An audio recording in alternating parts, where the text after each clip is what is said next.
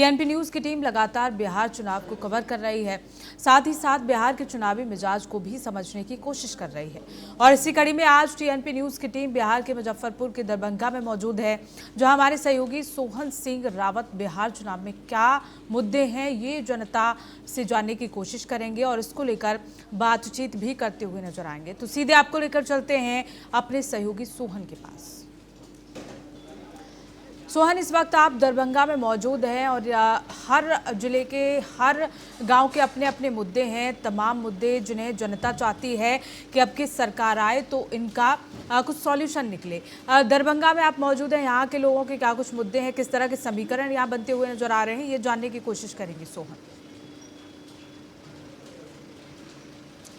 बिल्कुल पूनम, इस वक्त टीएनपी न्यूज़ की टीम दरभंगा पहुंच चुकी है और दरभंगा जिला अपने आप में बेहद खास है। 10 विधानसभा सीटें यहां पर हैं, एनडीए का ये गढ़ माना जाता है। लेकिन दरभंगा को लेकर के मैं आपको बता दूं, यहां की राजनीति सिर्फ रैलियों या जनसभाओं तक ही सीमित नहीं है। यहां लोगों की सांसों में राजनीति बसती है। अगर आप यहां पर घूमने के लिए निकलेंगे तो नुक्कड़ों पर, रेडियों पर आपको चाय की चुस्कियों के साथ में राजनीति का स्वाद भी पकता हुआ नजर आएगा।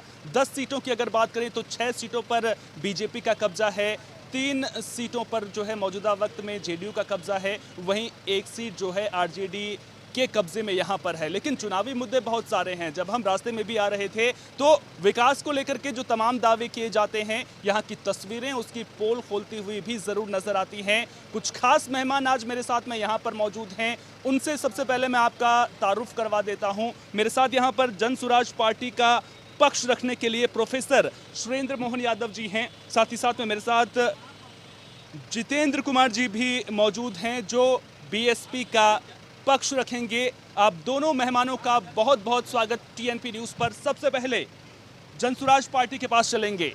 सर, आप बताइए कि जब हम दरभंगा की बात करते हैं, विकास को लेकर के तमाम बातें की जाती हैं, नीतीश कुमार के मॉडल की बात की जाती है, लेकिन दरभंगा तक क्या वो विकास की रोशनी पहुंची है? और जनसुराज पार्टी लगातार विकास की बात कर रही है। दरभंगा में आप ऐसा क्या करने वाले हैं कि जनता उन वादों पर आपके भरोसा करे और आपको मौका दे?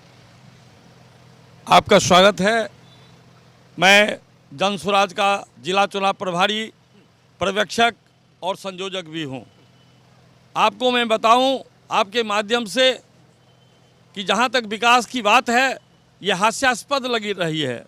आप दरभंगा शहर में जब घूमेंगे तो आप गाड़ी से भी चलना मुश्किल है, पैदल की तो बातें दूर है। किसी भी गाड़ी में, किसी भी आप 2 पहिए 4 पहिए जो भी सवारी लेके आप जाएंगे तो आपको 3 घंटे आप चारों तरफ से, जब दरभंगा शहर में जब आप इन करेंगे तो कहीं कोई रास्ता दिख नहीं रहा है, और दिख भी रहा है तो शहरों पर लगता है कि नाव चलनी चाहिए। मैं अभी अभी आ रहा था तो आप देख सकते हैं कि जो यहाँ का पॉज एरिया है, आप कर्पूरी ठाकुर चौक से जब लहरियासराय की ओर आते हैं तो आप यहाँ के समाज से पूछें कि ठेहुन भर पानी लगा हुआ है। कैसे हम कहेंगे कि ये विकास है? और विकास की बात जब दरभंगा और मिथिला की धरती कही जाती है, यह हृदय स्थली दरभंगा है। और इस हृदय स्थली में आज जितने लोग आए, सबों ने यहाँ के लोगों को ठगा है।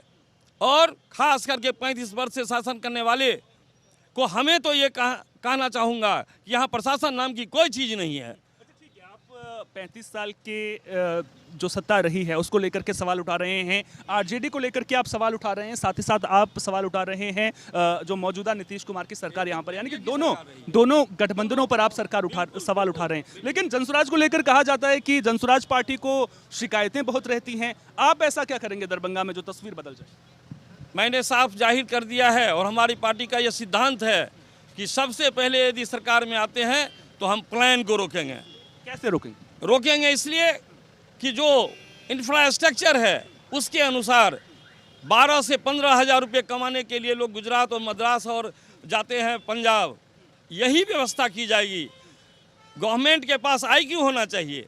बिहार गवर्नमेंट का पैसा कहीं दूसरे जगह लगता है, यहाँ नहीं लगता है। अगर यहाँ हमारे सूत्रधार आदरणीय प्रशांत किशोर बराबर इस बात को कहा करते हैं कि हम रणनीतिकार ही नहीं, पर हम नीति को लागू करने वाले भी रणनीतिकार हैं, और हम दिखा देंगे अगर सत्ता आई तो हम उस दिन जैसे छठ में लोग आए हैं लौट के जा नहीं सकते हैं अगर आप 14 तारीख को रिजल्ट होता है जनसुराज का। तो जनसुराज का रिजल्ट होता है, लेकिन प्रशांत किशोर खुद चुनाव भी नहीं लड़ रहे हैं, उसको लेकर के भी सवाल बहुत सारे उठ रहे हैं। सवाल मेरा आपसे यह है कि अब बीजेपी भी तो कह रही है कि अब हम जो है हर जिले में जो है एनडीए का जो साझा घोषणा पत्र आया है, हर जिले में हम फैक्ट्री लगाने वाले हैं, तो फिर आप भी लगातार वादे कर रहे हैं, तो आप ही पर क्यों जनता? मैं बता रहा हूँ, आप सभी लोग जानते हैं, सारे चैनल पर ये इस बात की हम पुष्टि कर देंगे कि ये एनडीए सरकार जो कहती है कि हम विकास का हम ये डंका बजा देंगे, हम ये कर देंगे, हम वो कर देंगे, लेकिन विकास की बात हम डाटा के साथ बताते हैं।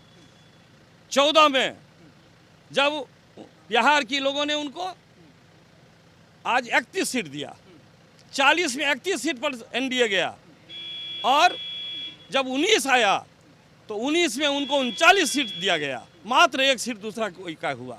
और जब 24 आया तो 24 में एनडीए को 30 सीट मिला। क्या यही बिहार को मिला कि आपको जिता के हम भेजते रहे, और बदले में क्या मिला? तो मजदूर का ट्रेन मिला, इसलिए कि बिहार के लोग सिर्फ मजदूरी करना जानते हैं और उनको लोग ट्रेन से भेज करके गुजरात, मद्रास और हरियाणा भेजेंगे। यही चाहिए था, यही एनडीए की ये विकास की बात है। ये लोलूप जो करते हैं, ये लुभावन बात करते हैं।